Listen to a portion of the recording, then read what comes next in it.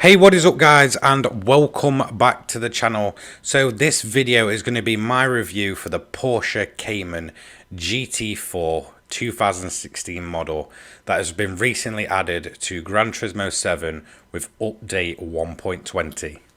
I feel like nobody was excited for this car apart from myself, and to be honest, I feel justified in saying that this is possibly one of the best cars in Gran Turismo 7 currently, and probably the best addition we've ever had. So if you want to pick one up for yourself, it's 130k from the Porsche dealership. This is the cheapest Porsche available to buy, and I'm actually quite surprised at the price point for the basic, the performance this thing gives. So a very, very good price, very good starting point, for such a wonderful, well-performing car. So let's get on to our hot lap at the Nordschleife. So, quick one for those of you that might be new here. The ones that have been around for a while know exactly what I'm going to say. So, this is how the reviews work. We take the car straight out of the box, no tune, no modifications, around the Nordschleife layout of the Nürburgring, do a hot lap. Slight mistakes are allowed in, big mistakes will cause me to restart the lap. Then we'll see where it places on a lap time leaderboard. Then we'll go ahead and fully modify it to its maximum potential. And then usually in a pretty, no tune, it's usually just to kind of dial in the rear end if needs be. I'll take it to the high speed ring, we'll do a hot lap there and see where the fully modified version ranks among our modified car leaderboard. So that is how these reviews work. So with the boring bit out of the way, this to me is the ultimate driver's car in Gran Turismo 7. Now, when I saw this being announced, or kind of saw the silhouette for it, whatever, a lot of people were like, okay, another Porsche. Now, it's kind of fell at the right time because obviously I'm doing a Porsche week over on the channel.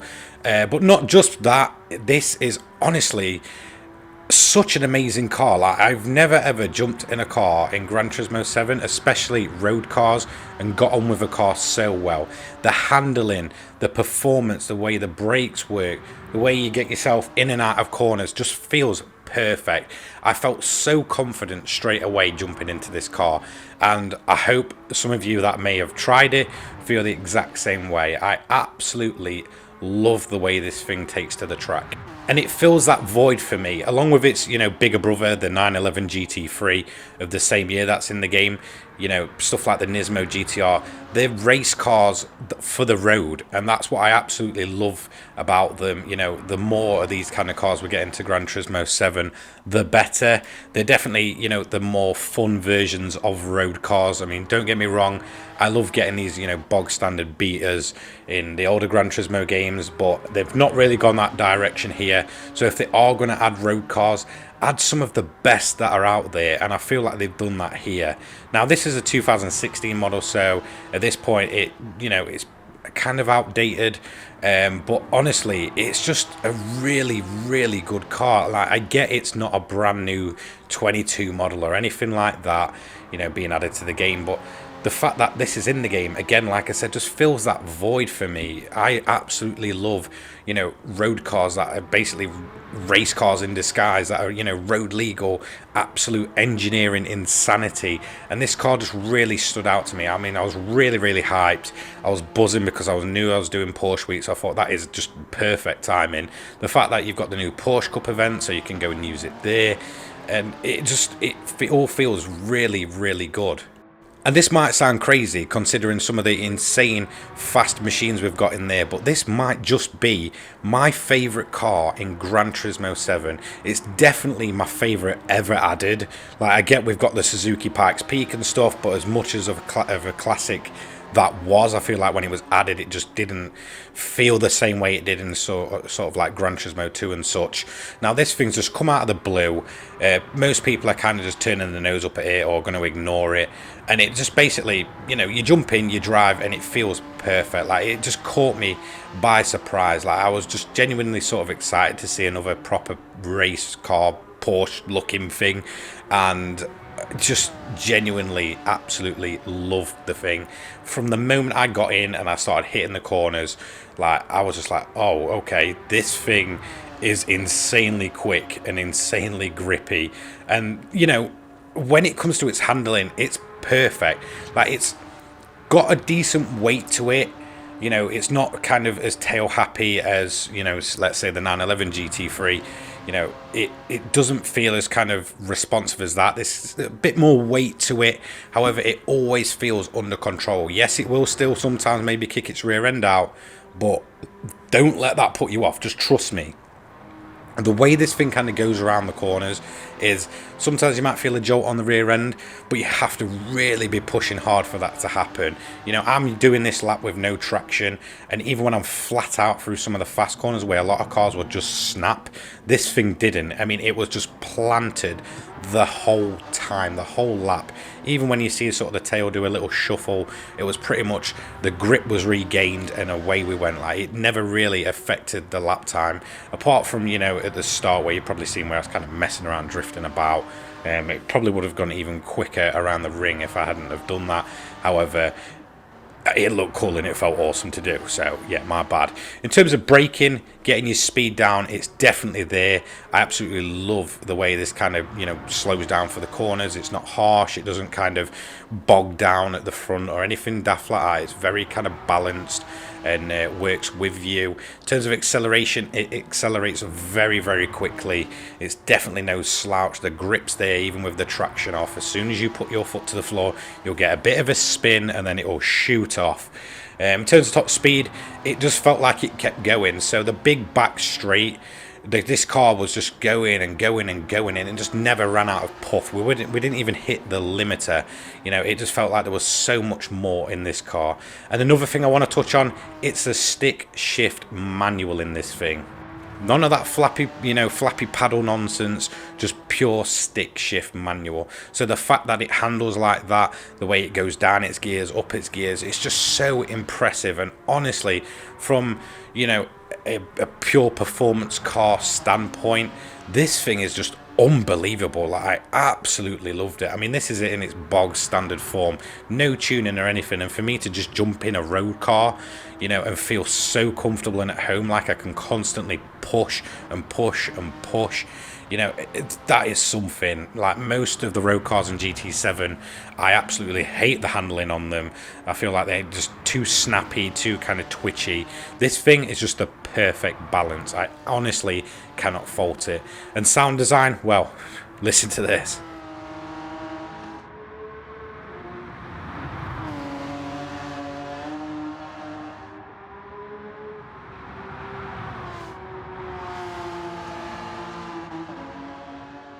I absolutely love the engine note of this thing. I mean, pretty much all the Porsches in this game sound very, very good.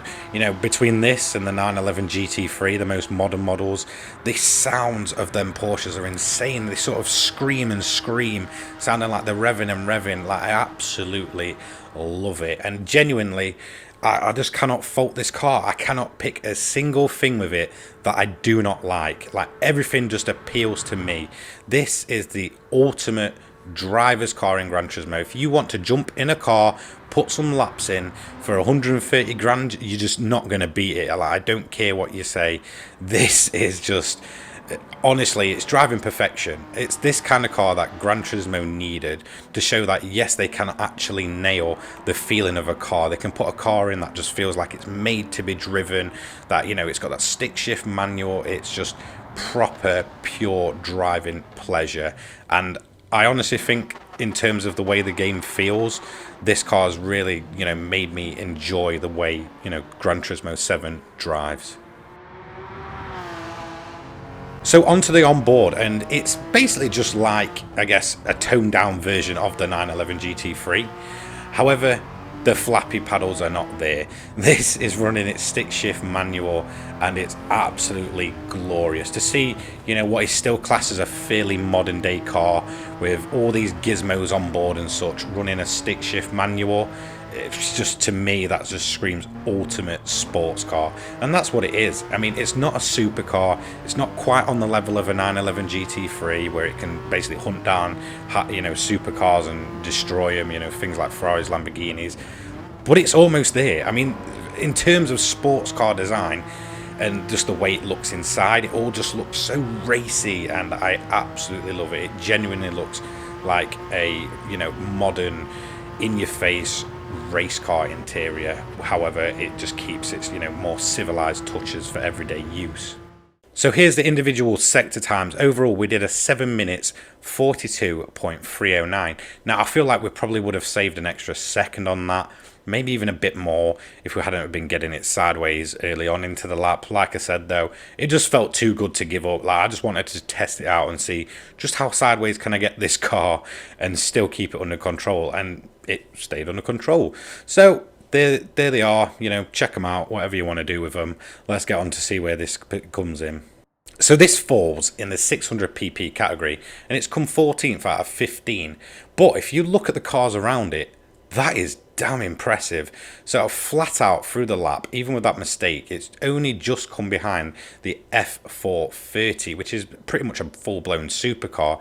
It is only around about 5 seconds off its bigger brother, the GT3 from 2009. So obviously a more dated machine, but still impressive. However, we're not done there. Say hello to this thing. Now, for me, this is essentially turning that, you know, race car to the road kind of look up to the extreme. Honest to God, this thing just screams like it wants to, you know, it belongs at a track. Like, you should not take this on the road. So I'll put slicks on it, put as many upgrades as I can on it, give it a pretty, you know, sleek but, you know, fast looking livery, so it kind of looks like a track day car. So yeah, absolutely awesome livery. So it's actually thanks to BFR Speedman 75 for the livery. Go and check it out. Honestly, it's an absolutely awesome, simplistic track day looking livery, and it looks very, very smart on this car. Okay, so hear me out. This might just be the most aggressive, screaming, awesome engine note in Gran Turismo 7. Listen to this with a race exhaust on.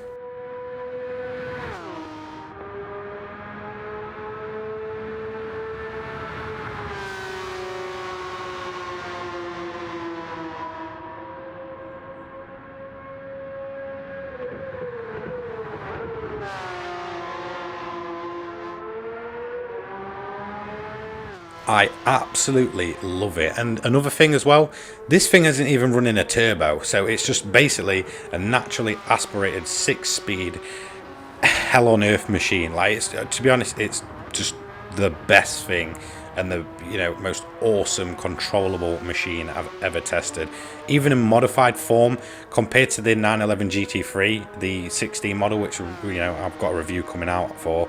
You know, it felt, you know, perfect. It genuinely, it stuck to the track. It was fast, it was loud, it's everything you want from a fully modified car in Gran Turismo. And I genuinely, even in modified fault, cannot pick a single flaw with this car. So to me, this is pretty much one of the ultimate driving machines. So quick look at the individual sectors. Overall, we did a 1 minute 6.703. So where's that going to put us on the lap time leaderboard? Now, it's going to be a bit of a spoiler for some upcoming videos, but still. So it has put us second. So this car in its modified, you know, form with that extra grip and all that good stuff is actually quicker than the most modern GT3 RS in fully modified form, that is anyway. And I feel like that is mostly down to the way this thing grips, the way it kind of carries its speed through. It just doesn't have a single flaw, whereas, you know, the other Porsches, a little bit twitchy and a little bit, you know, you have to be a bit more careful when you drive them. So thank you so much for joining me and, you know, watching this video, I guess. I genuinely absolutely had a hoot of a time making this video. I absolutely loved it. And it feels good again to basically make content on a car that genuinely impressed me. Honestly, don't sleep on it. Just go and check it out. Big shout out to our current channel members. If you want to become a channel member, feel free. It really does help out the channel. Donation links, well, they're in the description. So if you want to donate, feel free. You know, it's completely up to you. You don't have to do it. Don't forget to like, comment and subscribe. Turn the notifications on. Honestly, the support recently has just been incredible and I cannot thank you all enough. I genuinely do mean that. You've absolutely, you know, changed my life and turned it around. So thank you so much, guys. So I'll see you all in the next one. Take care, guys. Peace.